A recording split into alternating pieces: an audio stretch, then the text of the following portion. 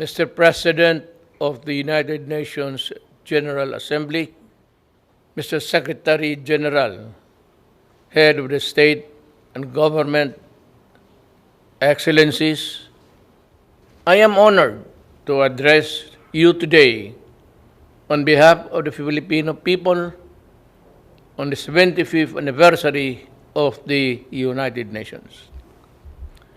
The invisible enemy that is COVID-19 has brought about an unfamiliar global landscape and unleashed a crisis without precedent. It is the biggest test the world and the United Nations face since World War II. While the United Nations has brought relief and hope to so many countries and peoples around the world, it now finds itself saddled by a virus that has taken many lives and wrecked economies and social order. We are at a crossroads. How we address COVID-19 will define our future. For the Philippines, this means putting up all of the peoples of our United Nations at the core of this response. We will need to ask hard and fundamental questions about the vision and mission that the United Nations conceptualized 75 years ago. We need to ask ourselves whether or not we have remained true and faithful to the United Nations principles and ideals. Mr. President, in the light of the realities of the present, the Philippines grieves with all of the families all over the world who lost their loved ones to this horrible virus. We extend our heartfelt condolences. We salute all frontliners who put up their lives on the line even in countries not their own. So also do we honor and recognize the healthcare professionals who selflessly answered the call and to combat the COVID-19 pandemic despite its virulence and unknown characteristics. While each nation has its own strategy in fighting the pandemic, what the world needs are coordinated international plans and efforts to pursue a common purpose. COVID-19 knows no border, it knows no nationality, it knows no race, it knows no gender, it knows no age, it knows no creed. The Philippines values the role that the United Nations plays in its fight against the pandemic. And a middle-income country whose economic advances have been derailed by the pandemic, we welcome the launch of the UN COVID Response and Recovery Fund. Ensuring universal access to anti-COVID-19 technologies and products is pivotal in the global pandemic recovery. The world is in the race to find a safe and effective vaccine. When the world finds that vaccine, access to it must not be denied nor withheld. It should be made available to all, rich and poor nations alike, as a matter of policy. The Philippines joins our partners in the ASEAN and the non-aligned movement, and in raising our collective voice, the COVID-19 vaccine must be considered a global public good. Let us be clear on this. We can call for a global health agenda with enough resources, and policy space for the World Health Organizations. We need a WHO that is quick to coordinate and quicker to respond. The Philippines will do its part in the pooling of global resources. Our health workers are among the best. Mr. President, just as we needed stability and confidence because of the pandemic, geopolitical tensions continue to rise. Escalating tensions benefit no one. The new flashpoints heighten fears and tend to tear peoples apart. When elephants fight, it is the grass that gets trampled flat. Given the size and military might of the contenders, we can only imagine and be aghast at the terrible toll on human life and property that shall be inflicted if the world war deteriorates into a real war of nuclear weapons and missiles. I therefore call on the stakeholders in the South China Sea, the Korean Peninsula, the Middle East, and Africa. If we cannot be friends as yet, then in God's name, let us not hate each other too much. I heard it once said, and I say it to myself, complete agreement. Mr. President, Filipino migrant workers have been devastated by the pandemic. Many have lost not only their livelihood, but also their health and lives as well. Yet they go on in the front lines, healing, caring others in the different parts of the world. The Philippine government has embarked on an unprecedented repatriation program. More than 345,000 overseas Filipino workers needed to come home then. We have brought back half and are bringing back the rest. We thank the countries that have provided Filipino migrants with residence permit, access to testing, treatment, and related health services in this pandemic. We brought back most of our seafarers who were stranded because of COVID-19 restrictions. We pioneered with the IMO of the Green Lane for a safe changes of seafaring crews. In these times, we need stronger cooperation in promoting and protecting the rights of migrants, regardless of their migrant status. We must all adhere to the Global Compact of safe, orderly, and regular migration. Unless states include all the migrants in this response to this pandemic, no one among us is safe until everyone is safe, as the Secretary General has said.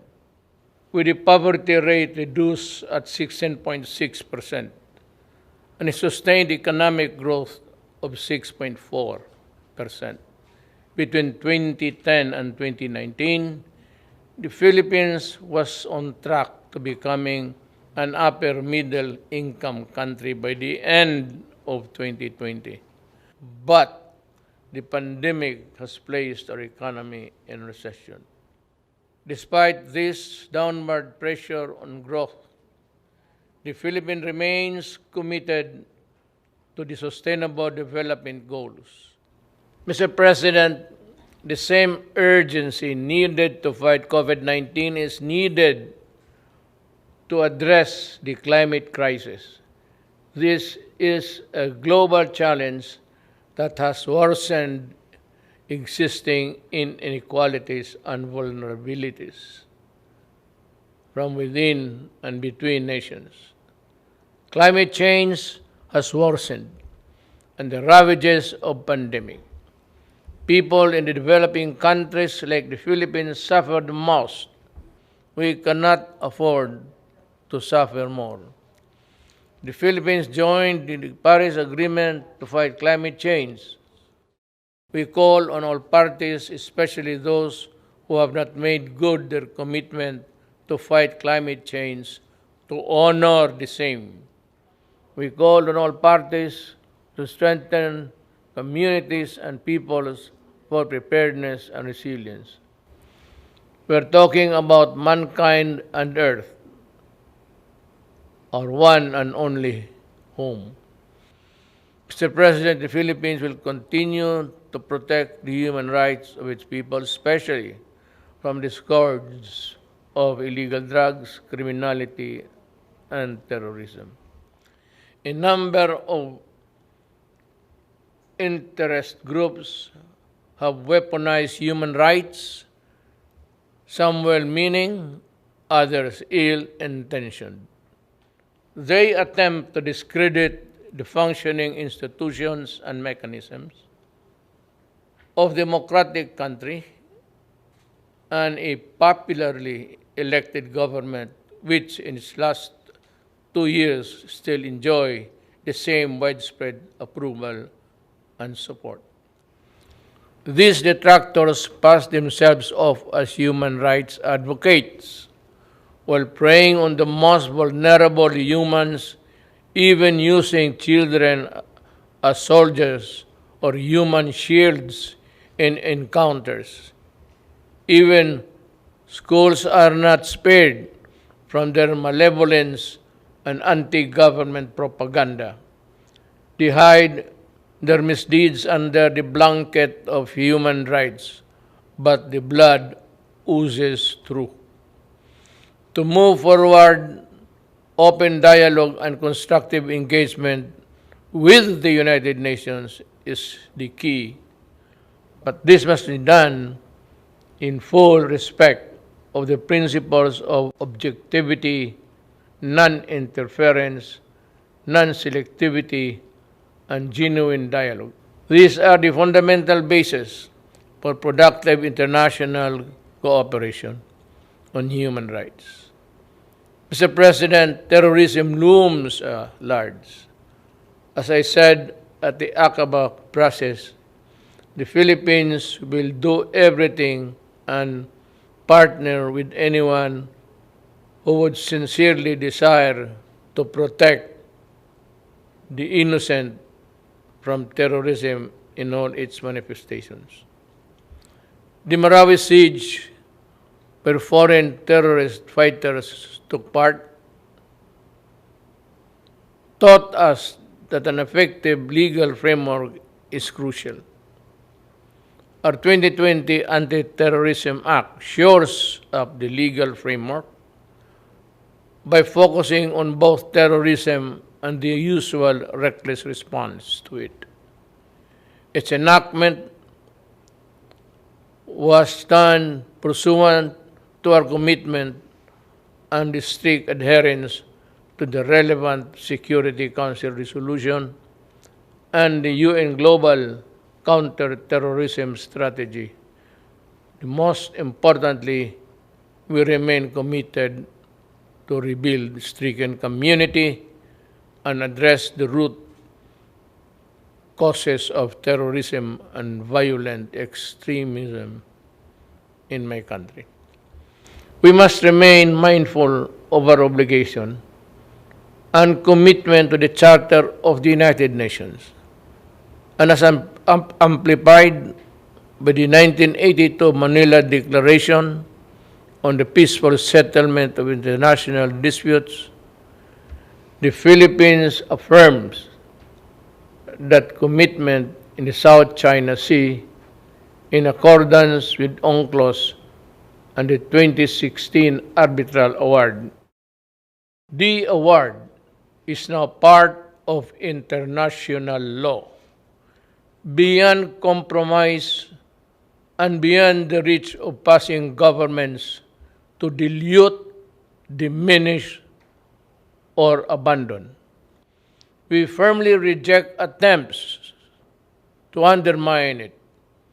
We welcome the increasing number of states that have come in support of the award and what it stands for.